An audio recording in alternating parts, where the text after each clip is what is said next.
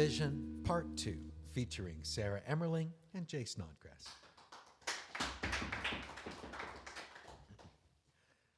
So Paper Mill Publishing Incorporated owns the love I used to feel? Well, that's not a very poetic outlook, and you can give them what they paid for, and then whatever, drink yourself to death in a gutter if you want. And that thing you said about the advance. I'm no lawyer, but you mean they can sue me for no longer loving that no-good, low-down tramp? After what she did, now I'm legally, contractually bound to feel tenderness for her? Well, not feel precisely, but... But forge, falsify, testify to tenderness that she trampled... Oh, hey, is it too late to change the title? Trampled. Yes, you entered into a professional agreement to be a professional author, which, by the way, a zillion writers would sell their own grandmother to be. And as a professional, you've got to put your feelings aside and do what you've been paid to do. So when you say professional, what you really mean is prostitute. The oldest profession. Someone who can fake emotions for money. No, I meant... She cheated, and now I've got to grow up and be a whore. Well, I got news for you. I didn't sell my own grandmother for a book deal. My grandmother, who, by the way, no matter how hard things got, she'd always say, well, at least I ain't no whore. Uncorrupted to the end. I hope she can't see me now. Everything I've done, I tried to do something good for children, sending money to hurricane orphans. That goodness, it got twisted, ruined, and now my life story mangled, distorted. But now this is your chance to take something ruined and make it pure and good. You've got goodness in you. That's why I got down on my knees and pleaded with the publisher. When I saw this manuscript in the pile, it called to me. Helpless, an orphan, it was calling out because it needed my help to find a home in the hearts of millions of people. And when the proposal was accepted, I spent 4 months doing double-time intern work, scraping and scrambling to build up enough goodwill so I could get this chance as an editor, an opportunity that could open the door to my dreams. Or else go down in flames if this book gets too warped and distorted to print. It's not just your past in the gutter here. It's my future. And I respect that. And I don't want you to get trampled. See? It's a... No smoking. Ow! It burned my face. Get back to what you were saying. I'm saying I don't want to be, for your fledgling career, to be victimized by what she did. By what you did to the book. What she did to my feelings toward the book. But the damage is done. That diary, it was Pandora's box, and all the toxic waste. We can't put that back now. Not in terms of your personal feelings. No, that genie's out of the bottle. A toothless, grinning methamphetamine genie. But in terms of a story to be shared and cherished, to live in the hearts of a grateful audience. Readers who will never leave me alone as I wander ghostly roads from one bookshop signing to another, getting non-consensual sympathy hugs from lonely spinsters. One of whom turns out to be honest and pure, and that awkward embrace blossoms into the tender, innocent love you've always longed for. Which gets stifled by repressed embitterment and hatred. Or... more realistically, produces another marriage, a more effective charity, and a best-selling sequel. A sequel which I, as a successful editor, have the influence to sign and develop. 2 years from now, you and me, here again, but instead of a lap dance fantasy, there's a wonderful bride with us, and instead of a whiskey bottle, there's, can you hear it?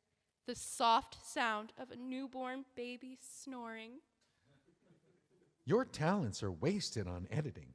You should be writing a romance novel.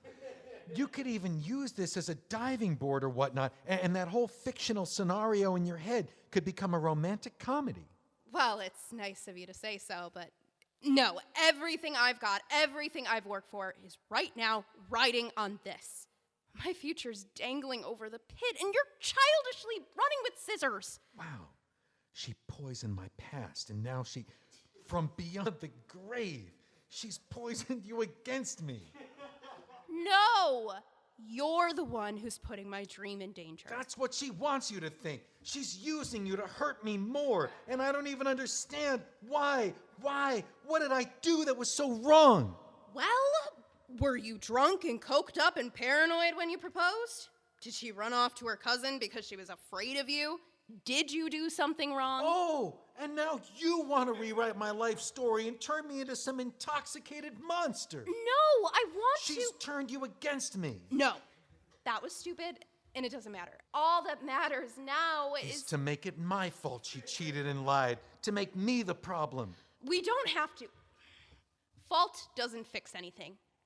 That's what my grandmother used to say. Fault doesn't fix anything. But you know what? If it could, then I'd take the blame. It's my fault. I destroyed your marriage. It's a bit late to wreck this Destroyed your, whatever, concept of it. You were right. I wanted this too sweet. The publisher wanted that. It's what No, sells. I wanted it. For selfish reasons. Because I don't have a life. I don't get paid for the internship. I work nights so I can afford to be an intern. And in what little free time I have, I've been hiding in this book, trying to make a home, a warm, cozy pillow fort for myself in it. If you want a pillow fort, I'm your guy. I've I've been hiding in this book from my loneliness. Hiding in your memories of, not fantasizing about you in particular, but companionship. Even through a terminal illness. I envied her cancer because at least it's real and not the anxieties I'm dying alone with. You don't have to die alone. You've got Leo, whoever, the layout guy. But every relationship I've had since high school has been choked to death by me wondering what's wrong with this guy, if he'd settle for someone like me. And then I start to think less of him, like I resent his pity, and then it's over. But you seem, I don't know, functional in a human female way. Guys love a human female. Thanks, but Also unique, not just generic. Sorry, I've been too preoccupied to think of you as in that way. But if I did, I'm sure I'd see, any guy could feel lucky to know biblically. Well, so much for your career as a romance novelist, but yes, I appreciate your point. Yeah, I'm going through kind of an unrhapsodic patch right now. I get it.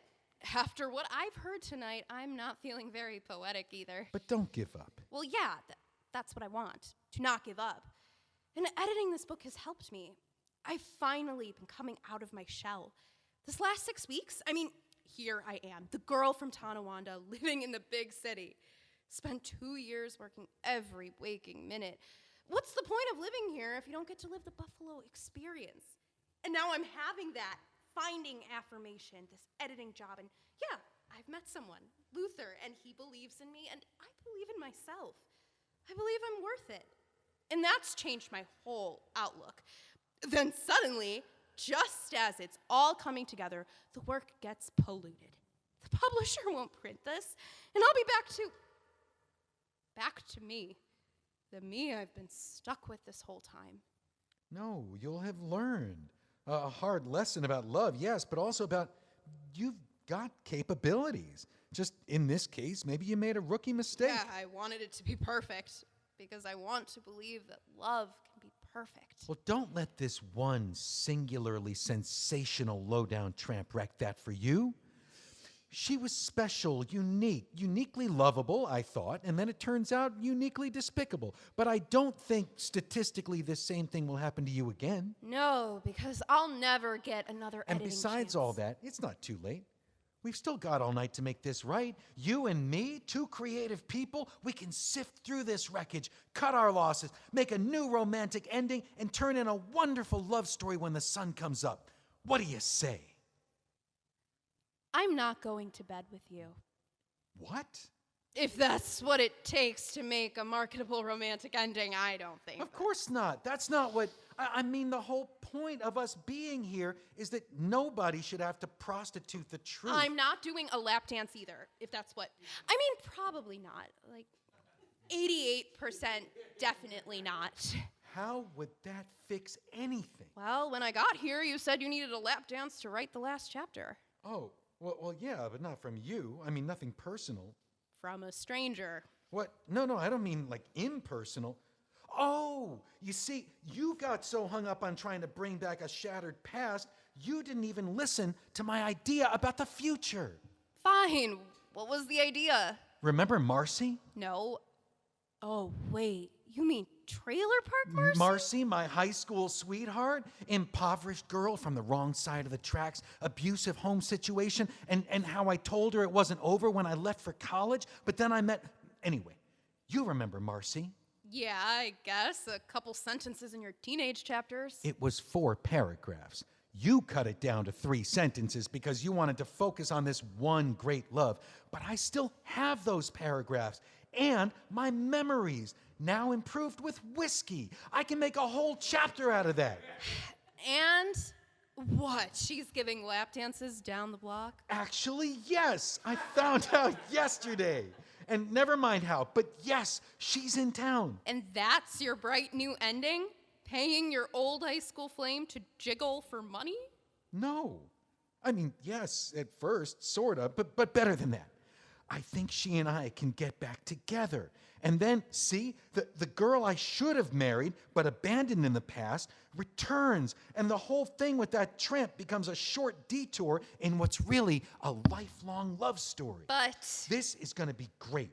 I've got drafted already the chapter where we get back together. This is a book for Christians. It can't end with prostitution. You haven't read the chapter. It's handled discreetly, dignified, not like Episcopalian, but definitely Methodist. I think it's the best chapter in the whole book. And does she know? Well, no, not yet. I only saw her from a distance. But it was definitely Marcy, unmistakable, and she looks great. Even better than back then. She's had some really nice work done. So you've drafted a chapter in which she's a participant, but she doesn't know it. That's why I need to get out that door. So you can propose to this girl you abandoned, and it sounds like things have gone... What if she says no? Well, I'm not going to propose tonight, silly. The deadline's tomorrow. I can't roll the dice with that. She's unpredictable. She's a stripper!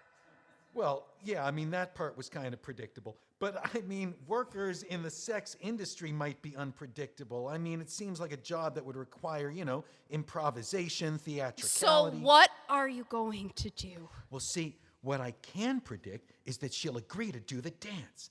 Recognize me or not. But if I've got enough cash, she'll do the dance, right? And that, you could say, metaphorically, poetically... Don't count that as consent. It's not poetic at all, and it definitely does not imply marriage. Hey, I'm a writer, you're an editor, a really sharp editor. You can make anything sound tender and caring. Together, we'll make this the happiest ending. No, and stop saying happy ending. That's just gross. Elijah, You haven't spoken. You don't know her. In this last 15 years, who knows what kind of filthy, nasty stuff she's done? You're so mad about your wife being a tramp, and yet... I'm mad because she deceived me. Marcy can't deceive me. I'll already know from the start. And whatever she's done to put food on the table, I doubt it'll be worse than getting trashy in a trailer with a meth head relative. Forget it. This is crazy, and I refuse to be involved. I'm not asking you to go with me. Just lend me $200. What? Well, like I said, I'm a little bit cash tight till the book comes out. Absolutely not. I am not paying for someone to simulate sex with you so you can pretend it's a honeymoon. You make it sound so dirty. Because it is. No, that's just a lack of imagination. Use your creativity. Make it sound beautiful. I'm an editor, not a wizard. $200. And I'll need a half hour, so you can wait for me here. Start work on expanding the chapter about her in the beginning. Weave in the narrative through line so the reader will want this. Readers won't want this. Oh, right. Because they want me to be the sad guy dumping ashes from a boat. Not a dry eye in the house. An empty, lonely widower. Well, what about what I want? What you want right now is disgusting and sinful, unholy. No, I really do think my object is honorable matrimony. It just won't necessarily be a wedding chapel tonight, but tomorrow's another day. If I could get an extension, a week, I could actually talk to Marcy. We'd work out the details. But as it is, the story needs an ending now, so I mean, if it makes you feel better, it'll probably be loud in there, right? Like I could whisper a proposal, like a stealth ninja proposal, and I give it pretty good odds that she'll be saying affirmative stuff like, yes, yes, yes, well, whatever they say. So in terms of the book, I could sort of say I'm engaged tomorrow morning, and that's our ending. Elijah, if I have to, I will physically restrain you. There is no way I am letting you walk out that door. Well, I can't walk out empty-handed And anyway. if you try to take any money from me, I'll kill you in self-defense. Right. So the story can end with you dumping my dead body in the On second canal. thought, no, I'll just mace you. For you and I to correct this manuscript does not require that you be able to see. But I'm telling you, it's gonna hurt. Not as bad as it would hurt to get trapped in a book where I spend 8 years blinded by lies. Actually, I do think it hurts pretty bad. Look, kid, I'm not asking for your approval, and Funding this act of sexual exploitation. funding the arts. Remember, we do this for the good of the book. It's a contribution to literature. Well, you're not getting any money. A wise investment in your career. You're thinking short term. You're young. You can't seem to understand this, but well, I hope you never will. But this is a mature situation that requires adult action. Stop saying that. I am not a child. I have suffered and grown, and you and all your belittling criticism can't control me. You just did it again. What is that? What's what? The belittling criticism thing. You were being critical, patronizing. Yeah, and belittling criticism is kind of a tongue twister, too. It sounds like something you've rehearsed. That whole speech. It's not a speech. You said it's what you came up with when you thought about you-know-who confronting her father. Well, maybe she should have said it when she had the chance, in the living years. But Harry didn't die. He just sent me a Christmas card. He was in town, practically lived at the hospital in her final days, and it didn't seem like there was any, bad blood, resentment. Well, there may have been under the surface, like the iceberg. You wanted him to disapprove, to be a jerk. But we thought he did, right? She lied to us. And it was you who wanted him all gruff in the camp-out chapters. He wasn't like that. And you demanded more description of his tears at the funeral, like he was plagued with regret. Not just me. The focus groups, especially female readers, 13 to 40, they wanted him 18% more stubborn, than 22% more sad at the loss. Madison, you sent me into the diary. There was no way I could know. You sent me not to look for her, but to look for him. But I don't even know To look him. for your father. Don't be silly. Not everyone's You related. wanted my dead wife to confront your father. Is he dead too? Elijah, the deadline. We haven't got the time to psychoanalyze daddy issues right now. Besides which, you're right, he's dead, so there's nothing that can change. But that's how this started. That's what caused the problem. Your wish created this rift in the space-time continuum, tore the very boundaries between the living and the dead, and look what happened. My whole personal history, my past got torn apart. My love got erased. Reality's in shambles. We can put it back together. You're a writer, I'm an editor, and by the power of Stop. imagination... Look what you did. You destroyed me. I was broken by the loss. And this book, it gave me a chance to feel again. And now I've lost that too. I've lost my Mandy. I've lost my precious memories. I've lost everything. You know what? You know what you need? A lap dance. Why don't we go to the club and see if it's still open? And if not, well, we'll just cross that bridge when we get there. No. We have a deadline tomorrow. And we need to get to the bottom of this right now. So who was he? The abusive drunk on the couch? Did he hit you? Did he hurt you? He was a professor. Stiff as the shirt collars he wore, he never once laid a hand on me or my sister. He wasn't a bad guy. He loved his books and his brandy, but it never made him crazy. His students So said- what happened? He died my senior year of college. Liver failure. Okay, and? And that was it. He was gone. I didn't get a chance to say goodbye, and he didn't. Anyway, he was gone. What did he never get a chance to do? When Rosie graduated from college, she's 3 years older, a consultant in Toronto, 2 kids, nice husband. Anyway, before all that, he came to her graduation, gave her a big hug, and said something like, "I know I've been a little cold and a little hard. It's a cold, hard world. But I'm proud of you, and I believe you're gonna make it." And he didn't say that to you. He didn't get the chance. Maybe he would have, but I don't know. All I knew of him was cold and hard and distant. He said it to Rosie. Next thing you know, she's landed a great job, married a great guy, have kids, and didn't even have to quit. She does consulting work from home. She loves it. She's the woman who has it all. And what have I got? An unpaid internship.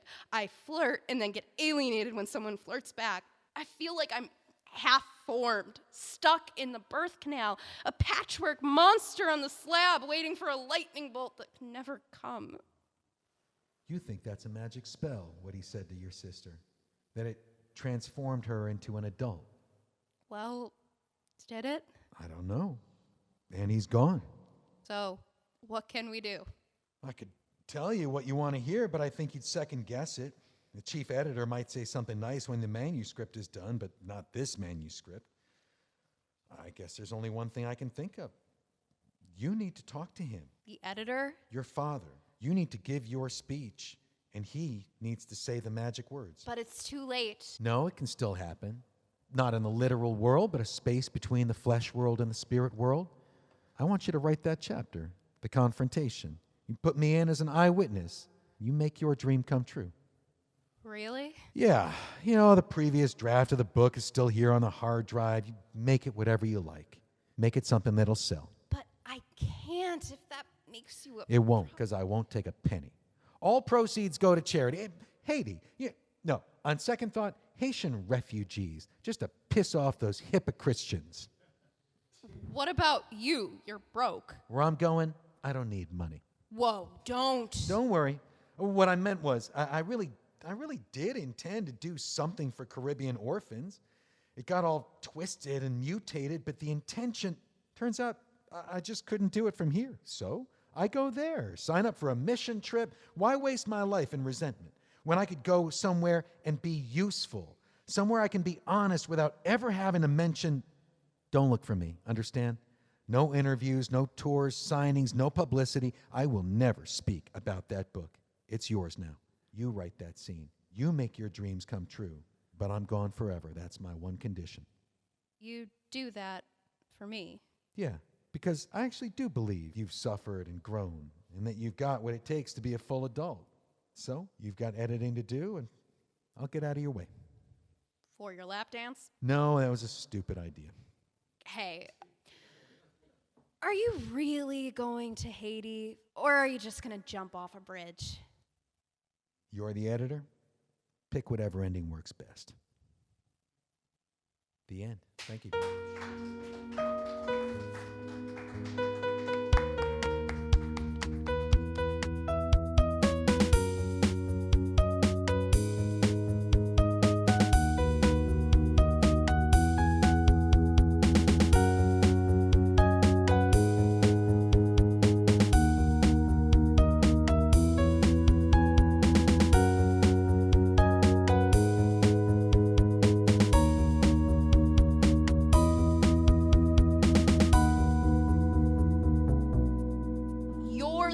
Who's putting my dream in danger. That's what she wants you to think.